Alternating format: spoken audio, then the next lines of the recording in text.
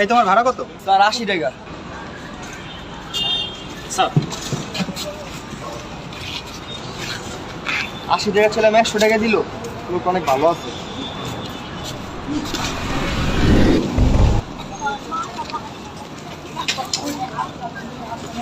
অনেক খিদা লাগছে, রুটি খেয়ালি সকাল থেকে খালি বাড়ি রিক্সা চালাতেছি। আরে এটা কি?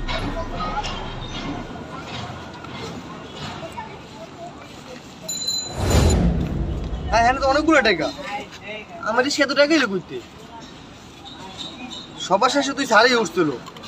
টাকাটি মনে হয় সারেরই। যাই টাকাটা যাই দিয়ে আসি।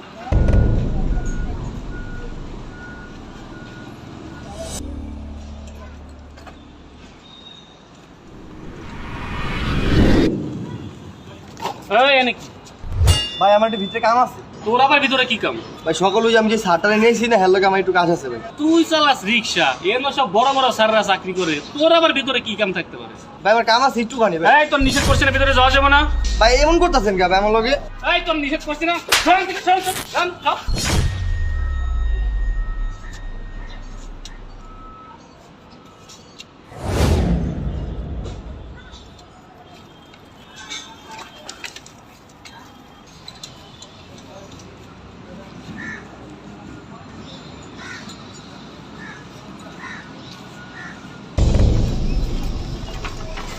আজকে আমি গরিব দেখে হ্যাঁ আমার ঢুকতে দিল না।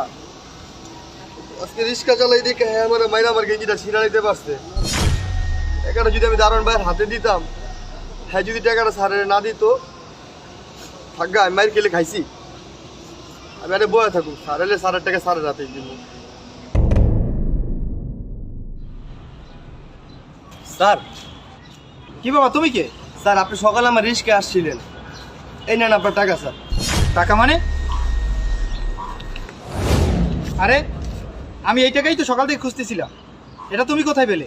স্যার আপনি যখন নামছেন হয়তো টাকাটা আমার রিস্কা পড়ে গেছিল। তাহলে তুমি এখানে বসে আছো কেন? তুমি তো চাইলে টাকাটা আমাকে ভিতরে গিয়ে দিয়ে আসতে পারতা।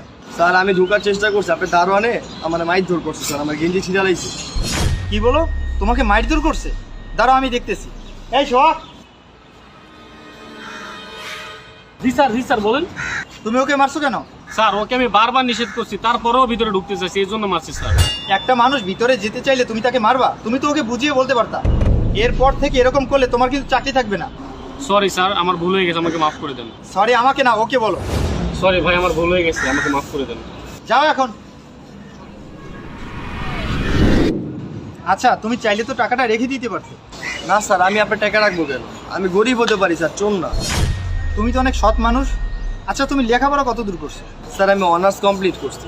আচ্ছা তুমি অনার্স কমপ্লিট করে একটা এডুকেটেড ছেলে, তুমি তাহলে রিক্সা চালাও কেন? স্যার চাকরির জন্য আমি অনেক জায়গায় ঘুরছি, কোথাও আমার চাকরি হয়নি। বাড়িতে আমার বোনটা অনেক অসুস্থ স্যার, ডাক্তার বলছে।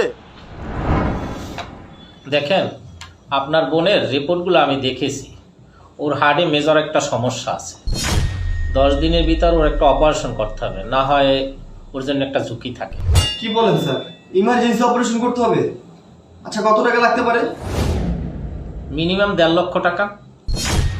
1.5 লক্ষ টাকা? স্যার আমি বেকার মানুষ, আমার চাকরি বাকরি নেই স্যার। অনেক জায়গায় চাকরির চেষ্টা করতেছি, কোথাও চাকরি হচ্ছে না। আমার মা বাবাও নেই স্যার, এই দুনিয়াতে আমার এই বোনটা ছাড়া আর কেউ নেই স্যার। স্যার 10 দিনের মধ্যে কোনোভাবে 1.5 লক্ষ টাকা আমার পক্ষে ম্যানেজ করা সম্ভব না।